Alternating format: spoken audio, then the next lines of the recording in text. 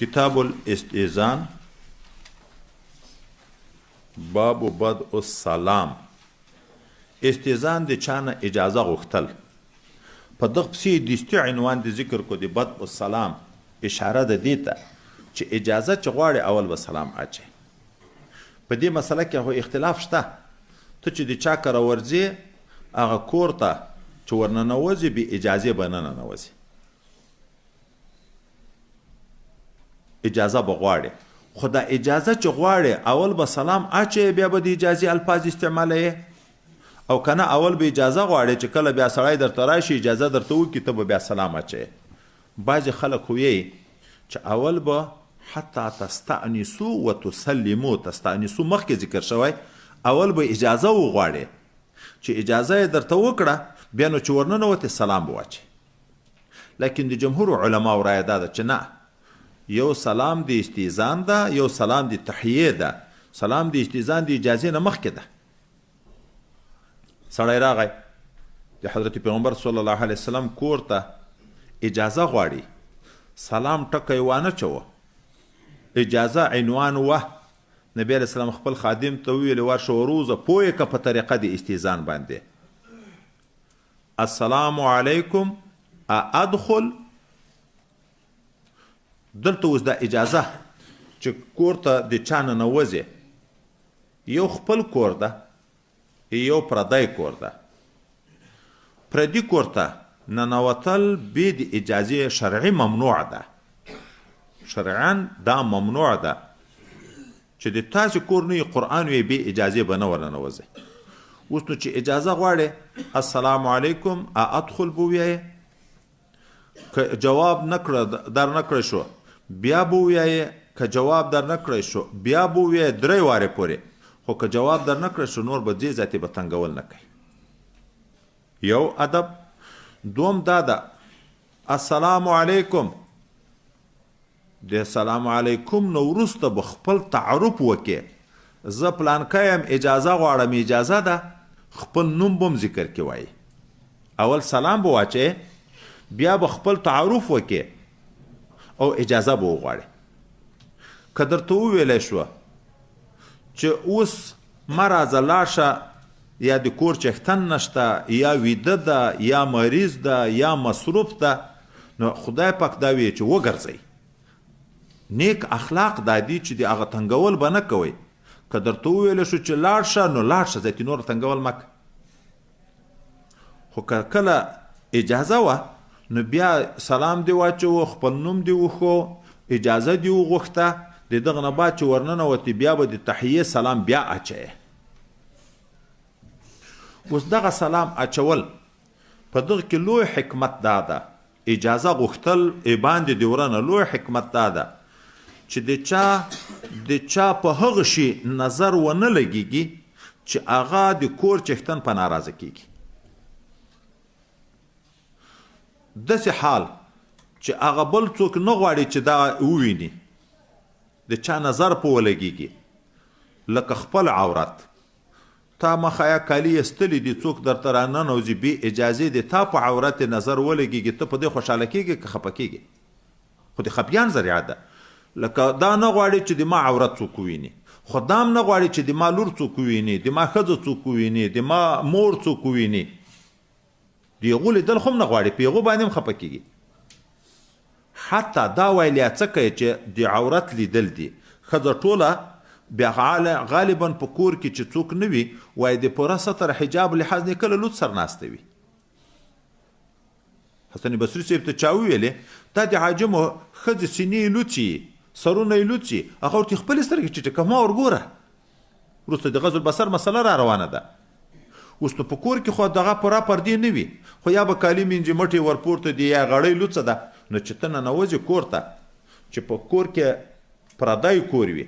موږ تاسې کورونه هم داسې دي چې استئذان کې ضرور ده، ځکه ورېندارګانې، د تره ښځې، د تره لورانې دغه موجودې وي، خو دغه خو محارم شرعي نه دي.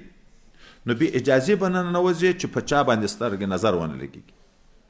او بل دا ده چې صرف وایي دا انسان لیدل نه دي، څوک دا ناسته روپۍ حسابوي، ته بې اجازې په ورننوتې، دی نه غواړي چې دی 2 روپۍ څوک وویني. تا ولې په دغسې خفه کېږي لکه چا ښځې ته چې وګورې. نو وایي استیزان کې صرف د ښځه نه ده چې اوس ښځه خو نشته ورسره، نو زه دغسې کوټه کې بیټک ته دغسې ورننوځي. نه وایي یو څوک یا خپله لوڅ ده یا کور والا ده یا مال ده، داسې شی ده نه غواړي چې څوک یې وویني. نو استیزان د دغه دپاره وي چې هغه خپل شی پټ کړي، لکه بدن پټ کړي یا ښځې ته حکم د ستر وکړي یا هغه کوم شی چې دی په هغه باندې لګیا ده هغه پټ کړي. خو دا وایي افسوس خبره ده چې نن سبا دا عمل پاتې شوی ده. د موږ کورنۍ زندگی کې د اتفاق زندگی بولو موږ که نه، د محبت زندگی بولو، ورونه د تره زمن ټول سره ګډ په یو کور کې اوسېږو. دا ټول کور کې نامحرمه ښځې موجودې دي که نه دي موجودې، خو وځي ننوځي اجازې نشته، استیزان نشته، نظر په لګېږي په هر حال کې لیدل. حتی صحابي مبارک راغی نبی علیه الصلاة والسلام ته وی ما په کور کې یوه مور د بل څوک خو مې نشته، مور خو مې محرم ده، بیا هم زه اجازه غواړم. نبی علیه السلام ورته ویلې ولې ته په ده خوشحاله کېږې چې خپله مور لوڅه ووینې؟ وایي نه.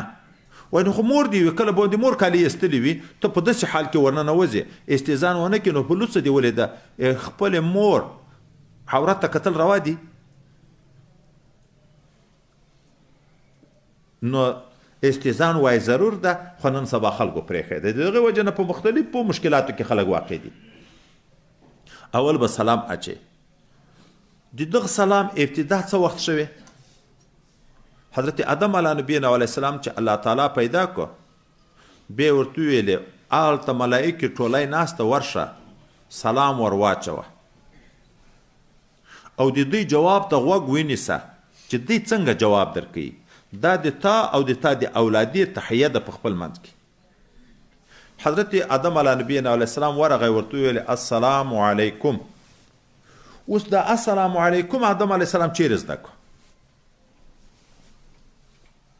آدم علیه السلام خو نه وایي خدای پاک پیدا کړو، وایي یا د لفظ د سلام نه چې الله تعالی ورته ویلې چې ورشه دوی ته سلام واچوه، د دغه ټکي نه واچوه نه سلام واچوه نه، دا استنباط وکړه السلام علیکم. او یا تعلیم الله تعالی ورکړه چې ورشه داسې ورته ووایه چې السلام علیکم، او د هغو جواب ته غوږ ونیسه. ده چې سلام ور واچو السلام علیکم، هغو ورته ویلې السلام علیک ورحمت الله. ورحمت الله ټکی ور زیات کړو. وروسته را روان ده څوک چې سلام در واچي ښه دا د هغه جواب ورکړي، که نه تر هغه نه ښه جواب ورکړي. ده درته ویلې السلام علیکم، ته ورته وعلیکم السلام ورحمت الله. ده درته ویلې السلام علیکم ورحمت الله، ته ورته وعلیکم السلام ورحمت الله وبرکاتو. د دغه نه په زائد کې اختلاف شته چې نور ټکي هم شته که نه. څوک وایي چې ده درته ویلې السلام علیکم ورحمت الله وبرکاتو، ته به ورته وعلیکم السلام ورحمت الله وبرکاته ومغفرته ورزیاتوی شي.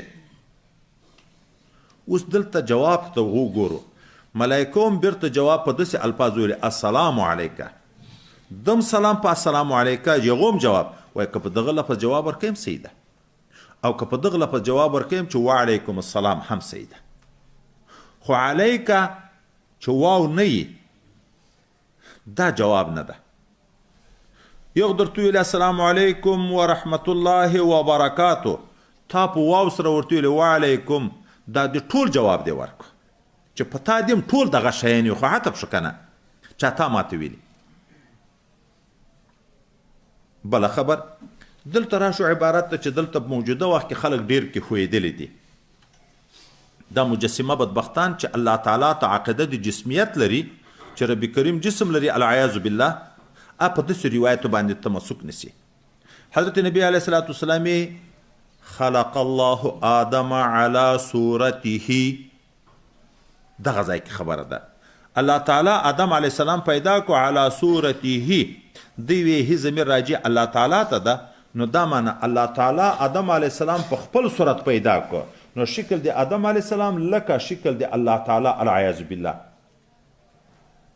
نو وجود ورته ثابتي، جسم ثابتي، ناسته ورته ثابتي، لاس او پښې او ټول اندامونه لکه د انسان داسې ورته ثابتي. موږ وایو چې نه، هی ضمیر راجع د آدم علیه السلام ته. خلق الله آدم، الله تعالی پیدا کو آدم علیه السلام علی صورته، په صورت آدم علیه السلام پیدا کو. دې څه معنا ده؟ د آدم علیه السلام خلقت د عام انسانانو د خلقت نه جدا ده.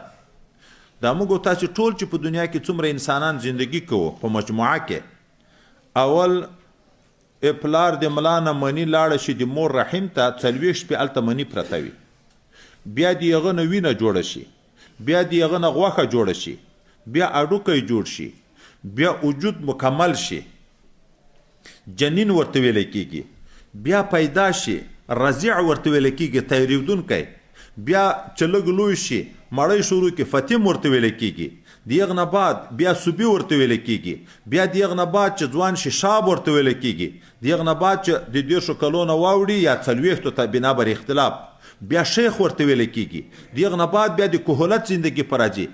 اطوارا اطوارا خلقکم اطوارا، په نور انسانانو دا ټول مرحلې تیریږي. اما آدم علی نبینا علیه السلام چې الله پیدا کو، د چا د منیونه پیدا کو؟ پلار و، مور و، په رحم کې وخت تیر کو، منی وینه وینه غوښه غوښه اډوکی، بیا وروسته سوکه سوکه اندامونه جوړېږي، دا پیدا شو. اوله نه د خټې نه مکمل وجود د 15 غزه په شرعي غز باندې دا الله تعالی پیدا کو، مکمل وجود جوړ کو، بیا روح ورواچو، پیدا کو علی صورته، دا چې څومره غټ وجود په دغه وجود پیدا کو. د موږ تاسو دا وجودونه د اوله نه دغه مرو وکړ د کنکونې نه په 10 کال کې الا دغه ځای ته ورسېده. د اوله نه په دا مکمل صورت پیدا کو، دا معنی کنکی تو په دنه د تیر شوی، تیریدلو موده په ده نه ده تیره شوې، د فتامت موده په ده باندې نه ده تیره شوې، سباوت موده په ده باندې نه ده تیره شوې. پیدا یې کو علی صورته، په خپل صورت د باندې طوله 60 ذراعا، چې اوږدوالی 15 غزه و. اول انا 15 غزه وجود کامل پیدا کو، ځکه خو د خټې نه پیدا کو، د خټې نه وجود جوړ شو، بیا روح ورولوېده. یوه معنی علی صورته، دا معنی. دوم ضمیر راجع ده آدم علی نبینا علیه السلام ته نه، الله تعالی ته، خو صورت په معنا د صفت ده. الله تعالی پیدا کو آدم علیه السلام علی صورته ای علی صفته. موږ تاسو شرقاید خیالي ویلی دي، د الله تعالی صفات ذاتی او فعلی مو ویلی دي، حیات، علم، قدرت، سمع، بصر، اراده، کلام، دا و صفات ذاتیه چې ورته ویل کېږي، دغه ټول په انسان کې پیدا کړي دي که نه دي پیدا کړي؟ انسان ته علم ورکړی، قدرت ورکړی، سمع و بصر ورکړي، اراده او کلام ورکړي دي، چې کوم صفات رب کریم دي د هغو ټولو مظهر انسان ګرځولی ده. نو پیدا کو علی صورته ای علی صفته، په خپل صفت الله تعالی پیدا کو، اشرف المخلوقات ده. دوه دریم یا ضمیر راجع ده الله تعالی ته، خو اضافت تشریفا و تکریما ده. د حضرت آدم علی نبینا علیه السلام عظمت شان ته اشاره ده. لکه ناقة الله، بیت الله، د صالح علیه السلام اوخه نسبت چاته کیږي؟ الله تعالی ته، چا معجزه وه. بیت الله شریف په کوټه په مکه معظمه کې چې جوړه د نسبت چاته کیږي؟ الله تعالی ته. په څه لحاظ کیږي؟ که د مخلوقیت په لحاظ شي، د دنیا ټول اوښان الله پیدا کړي دي، که یو د صالح علیه السلام اوښه ده پیدا کړي؟ خو ټول اوښانې پیدا کړي. کوټې ټولې الله پیدا کړي دي، که یو بیت الله شریف پیدا کړي؟ خو د اضافت شرافت وجه نه ده چې نور خلکو ته د دغه عظمت ور وپېژني. روح الله، عیسی علیه السلام ته روح الله ویل کېږي. اضافت په کومه قبیلې نه ده؟ د شرافت وجه نه ده. نو اضافت آدم علیه السلام الله تعالی ته، دا اضافت تشریفا و تکریما ده. اخرنی خبر، الله تعالی پیدا کو آدم علیه السلام په هغه خپلو صفاتو باندې یا په کامل شکل د آدم علیه السلام باندې، بیا ویلې ورشه سلام واچوه دغه ملایکو ته او د دوی جواب ته م غوږ ونیسه.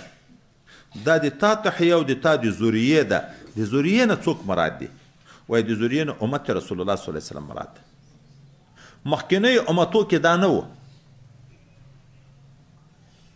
هغه مخکنی امتو کې د وخت وخت مقیده دعا و، انعم صباحا، انعم مساء. موږ تاسې دا ترقی یافته خلک هم دغسې وي، شپه دې په خیر، صرف د یوې شپې دعا ورته کړي، شپه دې په خیر، ورځ دې په خیر. دا نور انګریزان دا چې سلامونه اچي د چا انګریزي زاده ګوډ نان ګوډ نایټ نان د کوټ افټرنون د که څه بلاوي دي د سهار سلام یعنې دا یوه ګوله دی په برخه شه نور مخته نه د غرمې ځان ته سلام د بیګا ځان ته سلام الله تعالی جامع دعا راولېږله دا دغه امت خاصه ده چې سلامتیا د دنیا او د آخرت ته پکې صرف د دنیا هم نه د دنیا او د آخرت ته پکې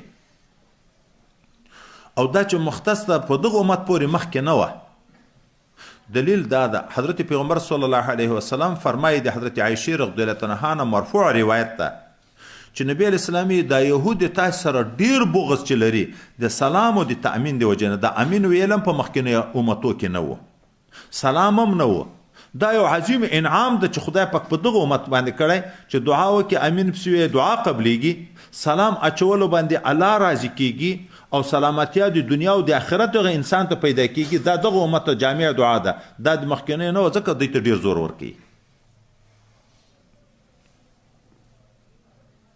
بیا یې وویلې چې دغه آدم علیه السلام خو خدای پاک 80 ګزه وجود ورکړی و څوک چې جنت ته ځي هغه انسانان به هم ټول بیا په قیامت کې دغومره وجودونه لري 80 ګزه خو په دا دنیا زندگی کې فرق راغی آدم علیه السلام 80 ګزه کوم ګز په شرعي ګز که په خپل ګز ګورې دلته یو عجبه نکته ده که په خپل ګز شي نو بیا وجود ډېر بې شکله لیدی کېږي بدرنګه لیدی کېږي دا د انسان عمومي هغه ده چې دا د انسان دا اندام دا څلورمه حصه د بدن وي زموږ ټولو اکثر وجودونه 2 ګزه وي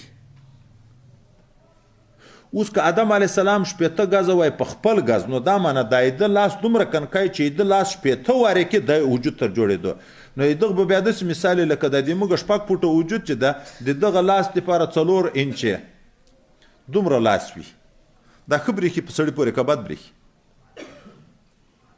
نو خو بیا خو د ده لاس هم 80مه حصه شوه د بدن چې 80 ګزه د ده په ګز شي بیا خو نو دا معنی چې 80مه حصه شوه نه لاس مبارک هم د اندامو سره چې موږ لاس د بدن سره موافق ده د لاس هم د خپل بدن سره موافق خو د موږ په ګز باندې د وجود 80 ګزه چې 10 ګزه د موږ تاسو راځي 80 ګزه شرعي 10 ګزه وجود یو دا خلک راکمیدن شروع شو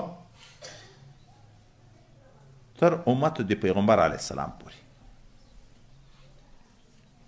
دلته څوک سوال کوي چې د آدم علیه السلام نه تر سمودیانو پورې ډیر وخت تیر شوی خو چې هلته هغه د دوی قبرونو ته ګوري وجودو کې د هغو ډیر کمبود نه ده راغلی کم کمبود معلومیږي او د هغه نه راوروسته تر نبي علیه السلام پورې بیا دومره وخت نه ده تیر شوی لکن وجودونه ډیر کم معلومیږي او دلته خو دا وی چې وخت په وخت نو دا معنی ظاهره چې مناسب کمبود و انچ مثلا کمیږي په امت کې جواب دا ده چې نه دا معنا د دیغ نه بعد کمبود را شروع شوی ده داسې نه چې په ټول وخت کې په یوه انداز کمبود و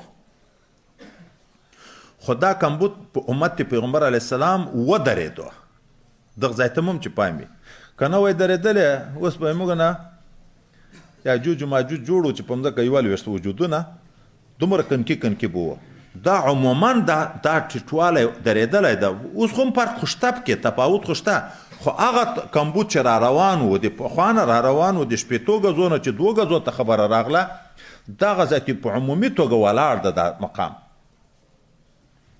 او خو بیرته چې جنت ته ځي بیا په پوره وجود د آدم علیه نبینا علیه الصلاة والسلام په شکل باندې جنتیان جنت ته داخلیږي جهنمیانو خبرې ونه کړه جهنمیان هم چې جهنم ته داخلیږي 80 ګزه وجودي وي خو دیغه وجود بیا الته په جهنم کې د غمره نه پاتې کیږي بیا غټیږي چې عذاب ډیر شي دومره غټ شي وجود چې د یو ولې نه تر بل وره پورې 3 شپې د آس په مزل باندې مزل کیږي یو غاښ د غره غوندې شي دومره غټ چې وجود یې شي او په حشر کې هم دیغه وجودونه کله لکه میګتانه کنکي دومره شي چې تر پښو لاندې شي تکبر یې ختم شي خو دغه مسلمانان دا چې جنت ته داخلیږي د 80 ګزه وجود وي بیا نو ټول عمر دغه ځواني ده تغییر بیا نه پکې راځي لکه آدم علیه السلام کامل پیدا شو په دغه شکل باندې، دا انسان هم چې راپورته شو دغه 80 ګزه وجود به وي، 6 ګزه به سور وي، 10 ګزه جګوالی، 6 ګزه د موږ او تاسو په ګزو باندې سور دی دغه انسان. ځکه چې ګز وجود چې سورور نه شي خو بیا هم د خرما ونه تر جوړیږي، نرای خو بیا هم باید برېښي.